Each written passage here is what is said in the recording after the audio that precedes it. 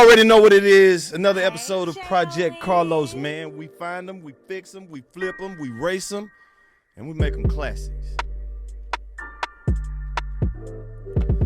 How do you not know what that is, bro? If you don't know what you're looking at, you are looking at a 1973 Chevy Impala slash Z06, man. This crazy ride right here is owned by my man Donk Master. He takes it all around the country, racing people, whooping ass. Got a crazy setup on there, man. I ain't even gonna get into the specifics because it's a race car and he might not want everybody to know what he has in there specifically. So shout out to Donk Master. This the part of the show where I want you to drop in some clips of Donk Master in the Z06 going crazy. Give him about 15-20 seconds of just Donk Master.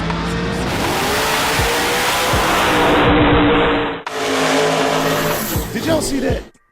This is probably one of the fastest donks in the world. One of them. It ain't a lot of them that can beat that one. Shout out to Donk Master and everybody over there at In and Out Customs for putting them classics together.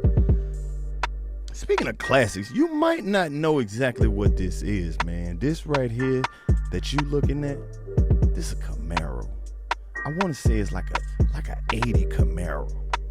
I ain't really got the bond with this car the way I wanted to because I bought it from my boy Tamias over there at One Creative Customs, and he made sure to go find me a classic that he knew that I would buy. I love going out and finding cars, and knocking on people's doors, and just coming into contact with people who got these classics for sale, and he definitely looked out for me on this one. So you keep your eyes peeled for this Camaro right here, because I ain't even really got into it. But once I get into it, you already know how I'm coming.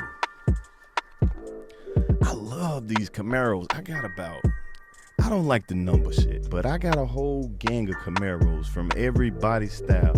And this right here is one of my personal favorites. This 1974 Camaro split bumper. That's right, they didn't even make a 74 split bumper. But that's not my problem, because the way that I find my cars, I find people who have unique things. How is it a 74 split bumper, Karlous? That don't even make sense. It does. It does. Hey, I don't make the rules. I just play the game, baby. So shout out to them good folks down there in Texas. I got this car out in Texas a couple years ago. I think I was on Facebook Marketplace or something, just looking for something different and unique, and I came across a 74 split bumper. Something that I could, bring to life. And this really jumped out to me. It was already white with the black pinstripes, and I just been experimenting here and there, a few different parts as far as suspension, and left the motor like it was. I haven't put the LS in there. I'm a fool for a LS swap, but this has a nice small block 350 in it that's really giving me some good power to the wheels, and I went with those US mags on there for that classic street rod look.